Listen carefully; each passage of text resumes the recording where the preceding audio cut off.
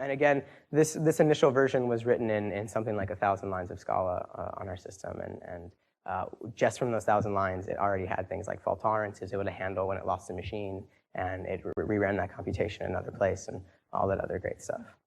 OK.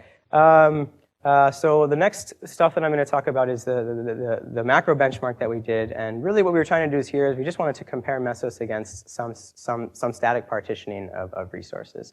And we did this in 2 dimensions, in system utilization across your cluster and also in the job response times. Because it's not really, who cares whether or not you get better system utilization if your jobs end up taking twice as long? No one's really going to want to do something like this.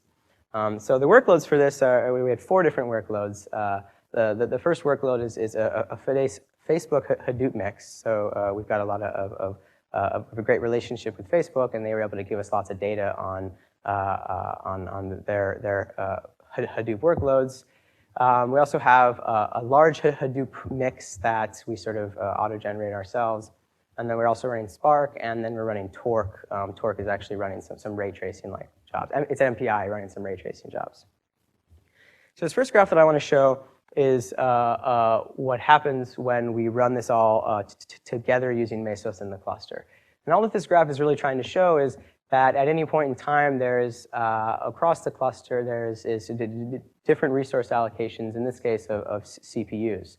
But again, what was being used here was the fair share allocator. So at certain places, like right around 600 seconds, you can see that all 4 of the applications of the services were running at the same time, and they roughly had about 25% of the CPUs at the same time.